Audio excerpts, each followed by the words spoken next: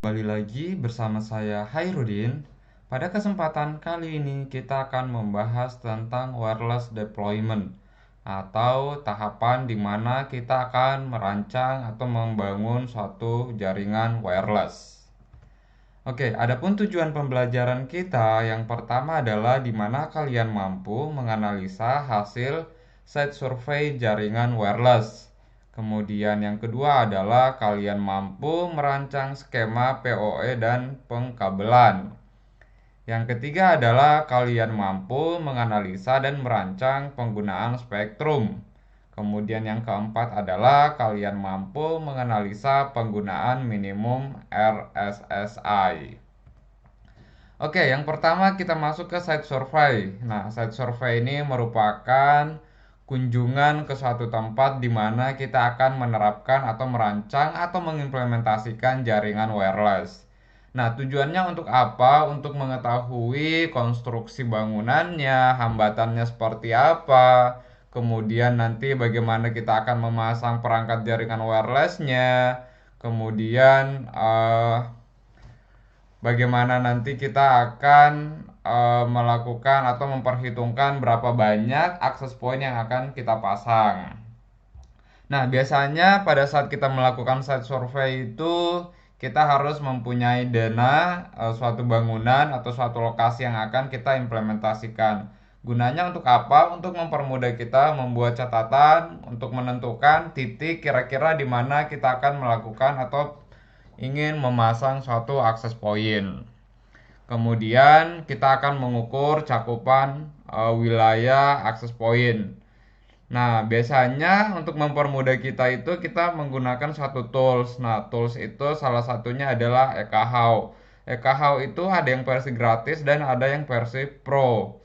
Jika teman-teman semua punya dana lebih, bisa menggunakan yang pro yang berbayar. Jadi di situ kita bisa melakukan simulasi perancangan atau peletakan akses point, kemudian kita bisa mengukur cakupan areanya seperti apa. Nah, jika yang gratis itu biasanya kita gunakan secara manual, kita melakukan pengukuran secara manual dengan membawa perangkat laptop biasanya yang digunakan untuk mengukur area cakupan suatu akses point. Mungkin nanti bisa dilihat di video yang lain ya tentang penggunaan aplikasi EKHU-nya. Oke, sekarang kita lanjut. Setelah kita selesai melakukan survei, maka yang harus kita perhatikan adalah eh, pengkabelan. Kemudian di sini teman-teman juga harus tahu yang namanya Power over Ethernet. Jadi kalau kita berbicara enterprise, biasanya akses pointnya itu tidak menggunakan power adapter lagi, tetapi sebaiknya menggunakan power over Ethernet. Jadi setiap perangkat akan mendapatkan arus listrik dari switch yang akan kita gunakan. Nah, dari switch tersebut nanti akan memberikan aliran listrik ke akses point. Nah, untuk aliran listriknya itu kalau contoh nih di sini kita menggunakan perangkatnya Ubiquiti UniFi di mana itu ada beberapa opsi untuk power. Yang pertama itu adalah 24 volt fasif PoE. Nah, biasanya itu digunakan untuk UAP atau UAP LR. Kemudian ada 802 3AF PoE, 802 3AT PoE atau 802 3AF atau 3AT PoE plus. Nah, ini biasanya juga kalau akses point modern sudah menggunakan protokol ini atau biasanya juga menggunakan yang 48 volt. Nah, biasanya tegangannya yang 8023 AF atau AT ini biasanya bermain di 48 volt. Sedangkan di UniFi juga masih ada yang menggunakan perangkat 24 volt. Oke, jadi dengan menggunakan PoE, jadi pemasangannya nanti itu akan lebih rapi karena kabel jaringan yang kita gunakan sekaligus kabel power. Jadi tidak memerlukan lagi adapter untuk setiap akses pointnya. Karena pada saat kita melakukan implementasi, bisa saja di mana akses point yang kita pasang itu tidak terdapat jalur listrik. Maka itu sangat mempersulit kita, sehingga dengan menggunakan switch PoE itu sangat mempermudah kita dalam melakukan manajemen jaringan wireless. Nah, selanjutnya adalah device forecasting, di mana di sini kita akan memperkirakan berapa banyak sih perangkat yang akan kita gunakan nantinya. Ini tergantung dari hasil surveinya kita. Kemudian biasanya juga kita dipertanyakan kira-kira berapa sih biaya yang dibutuhkan untuk mengcover sebuah satu gedung ini untuk pemasangan akses point. Terkadang biasa juga jadi kendala. Semuanya sudah dihitung, oh masalah budgetnya nggak cukup, terus disuruh lagi coba dihitung ulang lagi dengan budget sekian. Nah itu juga biasanya terjadi seperti itu pada saat kita melakukan perancangan jaringan wireless. Biasanya kalau kita seorang engineer, kita akan menentukan best praktis mana kira-kira coverage areanya mencukupi, kecepatannya mencukupi. Nah, terkadang itu terhalang dengan budgeting. Biasanya, oh dananya nggak cukup nih kalau mau seperti ini. Nah, itu juga kita bisa memperkirakan. Kemudian, spektrum analisis. Nah, kalau di Access Point Unify ini, di controllernya itu kalau perangkatnya kita sudah pasang semua, kita bisa melakukan analisa spektrum. Jadi bisa lihat channel mana yang bertabrakan, channel mana yang tidak. Dan kita juga bisa melihat setiap access point itu kualitasnya seperti apa. Apakah ada yang interferensinya tinggi, apakah dia berjalan dengan baik. Nah, itu kita bisa analisa menggunakan spektrum analisis yang ada di Unify. Bagaimana jika tidak? Belum terdapat access point sama sekali di sana, atau kita belum memasang access point Unify. Nah, salah satu tools yang bisa kita gunakan tadi itu adalah EKHOW. EKHOW itu kita bisa aktifkan di komputer kita, kemudian kita bawa jalan sesuai dengan area mana yang akan kita ukur. Nah, nanti di situ dia akan memperlihatkan ada akses point apa aja yang ada di area sana yang aktif, kemudian cakupan eh, area setiap akses point yang sudah ada seperti apa, seperti itu. Jadi biasanya kan kalau kita implementasi di satu gedung baru yang benar-benar nggak ada akses point mungkin enak ya. Tapi gimana kalau kita ingin memasang di mall? Nah, di mall itu biasanya atau di tempat umum lah. Di situ kan biasanya sudah banyak akses point yang telah dipasang. Nah, kita disuruh survei ke sana. Nah, itu juga kita harus perhatikan spektrum analis. Jadi kita bisa lihat, oh channel mana nanti yang bisa digunakan, kemudian yang mana yang tidak overlapping. Nah, seperti itu. Nah, ini dari sisi klien kita juga bisa melakukan scanning.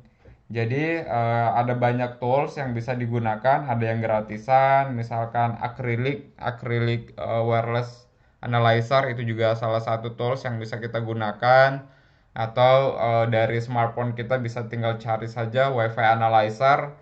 Nah, di WiFi analyzer itu kita bisa melihat akses point mana yang terdekat dengan kita, kemudian kita bisa melihat akses point mana yang memiliki rating yang bagus. Nah, itu bisa kita lihat di client wireless scanning. Jadi kalau misalkan kayak kita pakai acrylic wireless analyzer, itu biasanya setiap kita klik access point yang kita pilih, itu dia akan memperlihatkan, oh ini speednya berapa bintang, ini kualitas sinyalnya berapa bintang, noise-nya. Nah, itu digambarkan semua. Dan di situ juga kita bisa melihat channel yang digunakan, dan kita juga bisa melihat channel overlapping seperti itu. Oke, ini yang overlap. Overlap itu seperti sebelumnya yang kita bahas ya. Jadi uh, ada channel yang tabrakan dengan perangkat yang lain. Nah, di sini kita bisa lihat di sini ada tiga.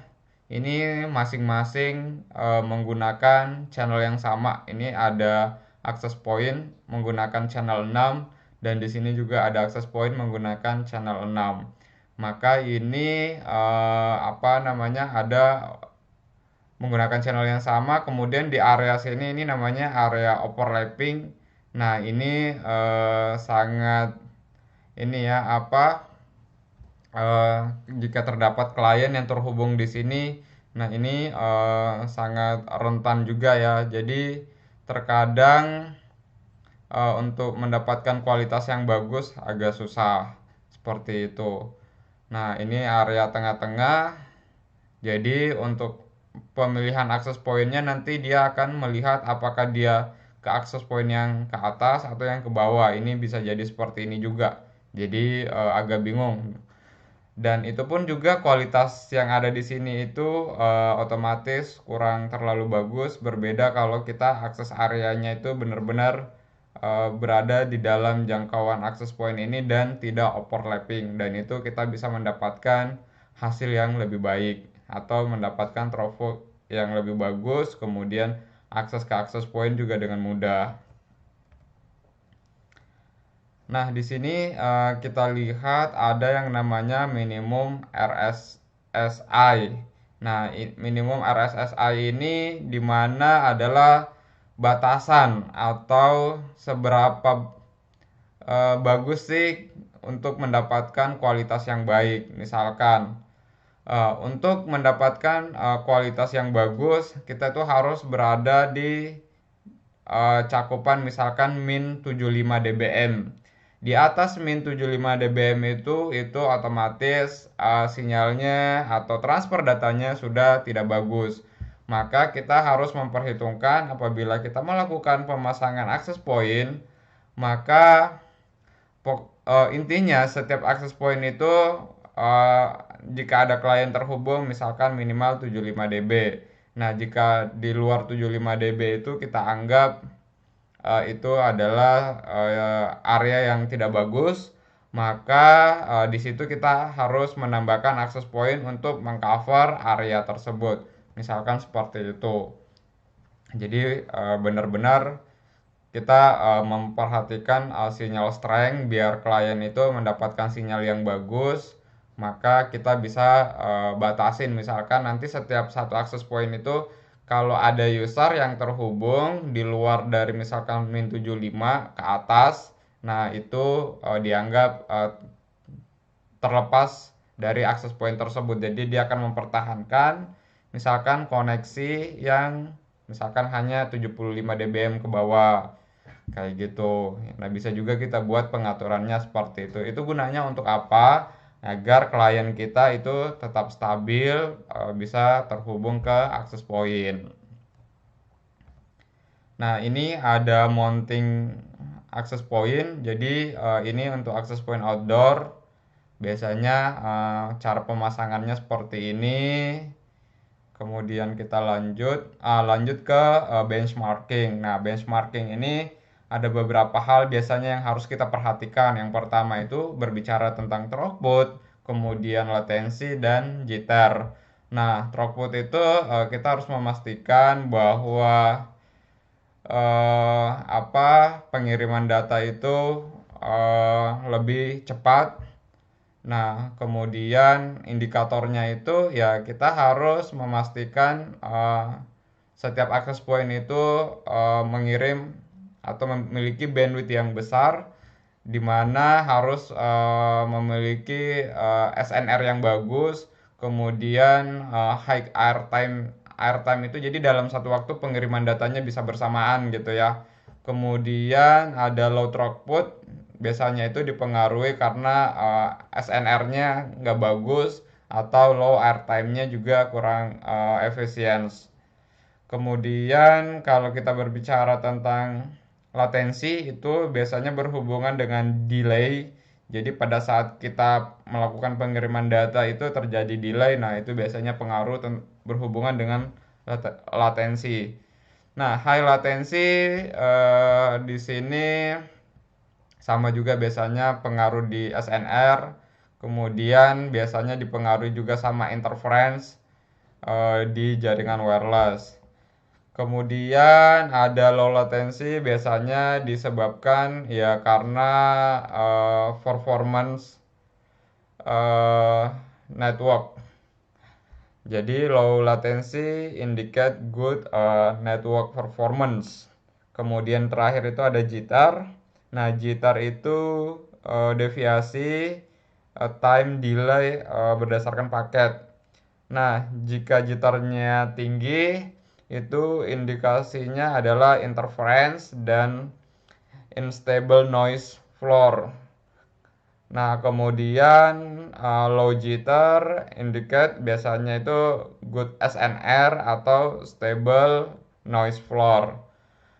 Kemudian kita lanjut lagi, di sini ada karakteristik, ada poor sinyal atau sinyal yang kurang bagus, high noise atau low SNR, low speed atau biasa disebut dengan throughput yang rendah, high latency atau jitter, kemudian poor coverage, poor destiny. Nah, ways to improve. Nah, di sini ada use more directive antenna. Kemudian ada deploy extra access point, jadi menambahkan access point. Kemudian ada introduce or remove barriers in environment, create traffic saving rule, enable load balancing, upgrade AP atau client hardware. Nah, ini juga perlu diperhatikan bahwa kalau misalkan kita punya perangkat 2,4 terus berjalannya di BG misalkan seperti itu. Nah, itu juga akan mempengaruhi kecepatannya. Atau biasanya juga pengaruhnya di hardware-nya si klien. Meskipun kita sudah menggunakan 5 GHz AC atau AX, tetapi kalau perangkat klien tidak mendukung, nah itu juga sangat pengaruh. Jadi harus menyesuaikan ya perkembangan dari si access point dan perangkat si klien. Jangan sampai kita punya access point yang canggih, tapi ternyata access point perangkat si klien kita itu ternyata jadul. Nah, itu pasti juga akan mempengaruhi kestabilan suatu jaringan wireless. Jadi dua-duanya itu harus saling seimbang. Kemudian di sini ada alter channel bandwidth, kemudian adjust radio setting.